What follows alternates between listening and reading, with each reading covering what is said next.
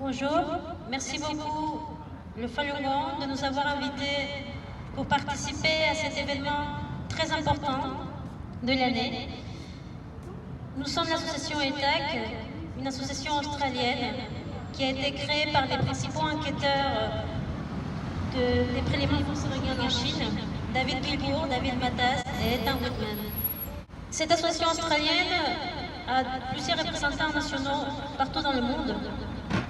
On a comme mission d'informer les autorités, les professionnels de la santé et les avocats sur la question du prélèvement forcé d'organes.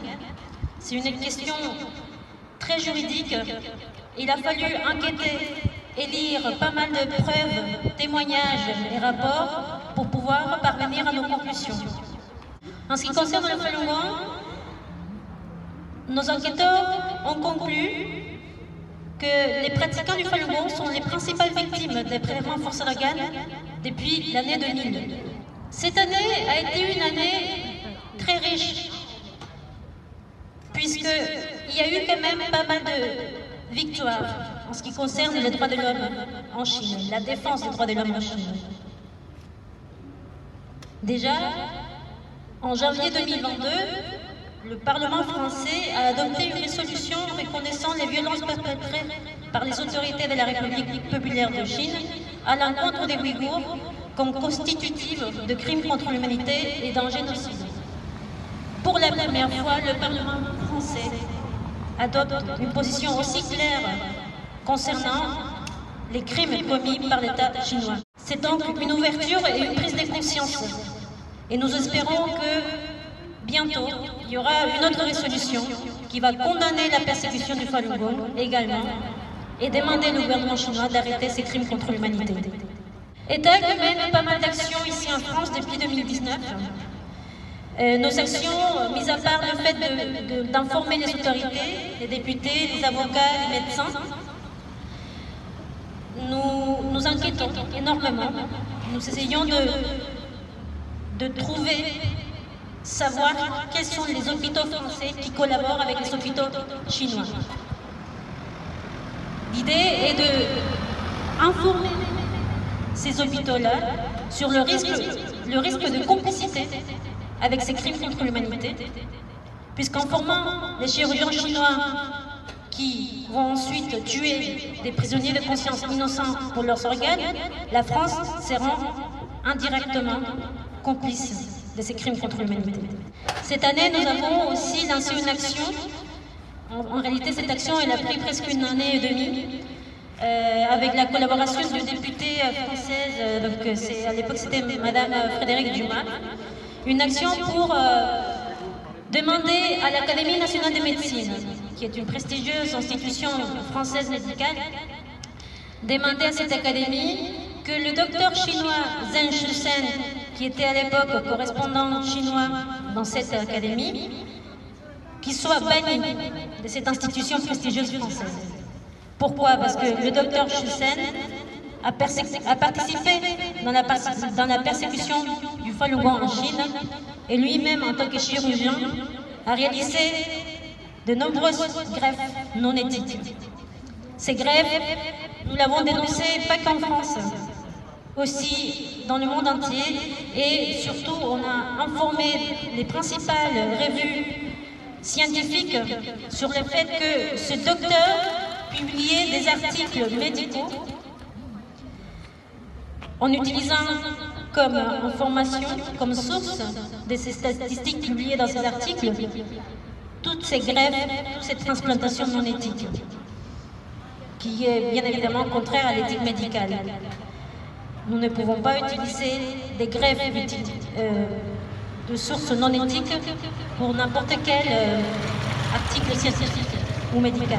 Donc nous avons informé ces revues-là sur le fait que ce monsieur, ce médecin, a participé à ces crimes contre l'humanité et il a été banni de plusieurs revues grâce à nos actions et aux actions d'autres associations qui luttent avec nous contre ces crimes. C'est pour ça que, suite à ces actions, nous avons décidé de faire pareil ici en France et nous avons réussi, grâce à la collaboration de la députée Frédérique Dumas, Nous avons informé donc l'Académie nationale de médecine sur les crimes perpétrés par ce médecin. Et cette année, on nous a informé que, suite aux informations qu'on leur a données, ils ont décidé de bannir ce médecin de l'Académie nationale de médecine. Donc c'est une énorme victoire. C'est la première fois en France qu'une institution médicale décide de bannir un médecin chinois en se fondant sur les allégations des crimes contre l'humanité. Également cette année, le 27 avril 2022, le cabinet d'avocats Global Rights Compliance a publié le premier rapport consultatif juridique qui définit les responsabilités juridiques internationales pour éviter une éventuelle complicité dans les atrocités des masses cachées par la Chine. Ce rapport intitulé « Ne pas nuire, atténuer les risques pour les droits de l'homme lors de l'interaction avec des professionnels de la santé internationaux et des institutions de médecine et de transplantation », ce rapport décrit les risques juridiques liés à la collaboration avec des professionnels de la transplantation dans les pays où l'on signale des niveaux élevés de trafic d'organes et de transplantation d'organes contraires à l'éthique, comme en Inde, au Pakistan, au Sri Lanka, au Liban et en Égypte. Il met également en lumière la Chine comme le pire des cas où un programme de prélèvement d'organes soutenu par l'État aurait une valeur marchande d'1 milliard de dollars par an. Ce rapport indique que entrer et ou entretenir des relations avec des institutions chinoises comporte le risque le plus élevé de complicité dans des crimes internationaux. La communauté médicale doit se joindre à l'effort mondial pour éradiquer tous les types d'approvisionnement en organes contraires à l'éthique. Il y a eu aussi cette année la résolution du Parlement européen du 5 mai 2022 les prélèvements forcés d'organes en Chine. Et puis en 2019, ça c'était aussi une action que nous avons initiée. En 2019 a été rendu le jugement du tribunal indépendant, le China Tribunal, qui a conclu que la Chine est un État criminel responsable des prélèvements forcés d'organes sur les pratiquants du Falun Gong. Et la réaction que je finis avec ça, je tiens quand même à souligner que suite à ce jugement du China Tribunal en 2019, l'année dernière, les experts de l'ONU ont écrit un courrier au gouvernement chinois en affirmant que les preuves que nos experts et tous les autres experts qui enquêtent sur cette question, les preuves sont crédibles. Ce sont les experts des Nations Unies qui affirment que ces preuves sont crédibles. Ici, on ne parle pas de personnes du Falun Gong qui donnent leur avis sur la question, ou des Ouïghours qui donnent leur avis. Non, ici on parle d'avocats, des professionnels, d'avocats qui ont enquêté, des experts de l'ONU qui ont lu tous les rapports et toutes les conclusions et qui ont dit oui, en effet, ce sont des preuves sérieuses et crédibles. Donc, la question du prélèvement forcé d'organes, ce n'est pas une hypothèse, ça existe. Et c'est des crimes, ce sont des crimes contre l'humanité. L'État chinois doit arrêter de tuer des personnes innocentes pour vendre leurs organes.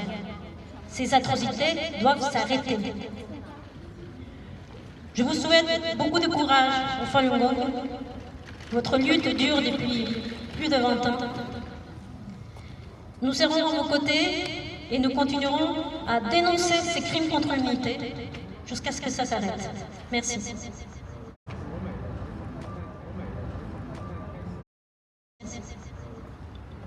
Merci Madame Luna Fiorella, représentante d'ETAC en France.